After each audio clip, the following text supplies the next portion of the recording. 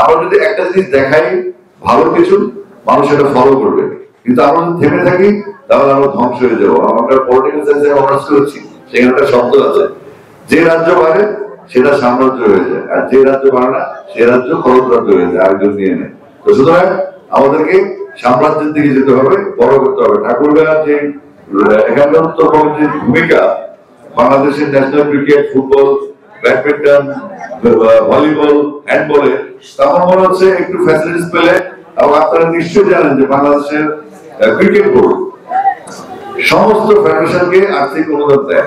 সুতরাং শুধু ক্রিকেট নয়, এখানে ফুটবল এবং হ্যান্ডবল, ভলিবল, যে যে খেলাগুলি এখানে চলে, আপনারা স্পেসিফিক্যালি বিসিবি কে যখন এই চিঠিগুলো দিবেন, আপনাদের ফেডারেশন অন্যান্য সদস্যরা আছে, একটা অন্য গেমস গুলোর একটা ভার্বাল একটা নোটিশ করে দিবে যে আমাদের এই খেলাগুলো হয়, ডিএস থেকে অন্যান্য কোচ বা ফেডারেশন যারা দায়িত্বে আছেন তার সাথে আলাপ করে একটা নোটিশ করে দিবেন।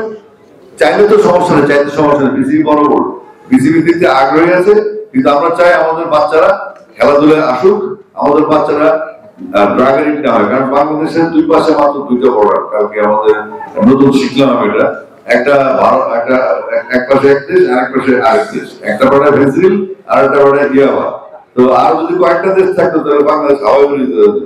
তো সুতরাং আমাদের তারুণ্য, আমাদের তরুণ প্রজন্ম, আমাদের আপকামিং প্রজন্ম এবং আমাদের বর্তমান প্রজন্ম, তারা বড়দের কাছ থেকে অবশ্যই আদেশ উপদেশ পরামর্শ নেবেন, কিন্তু ইমপ্লিমেন্ট করার দায়িত্ব তরুণদের। নতুন সময় এসেছে, নতুন বাংলাদেশ এসেছে, সেটাকে প্রমাণ করার জন্য সবাইকে নিবেদিত প্রাণের কাজ করতে হবে।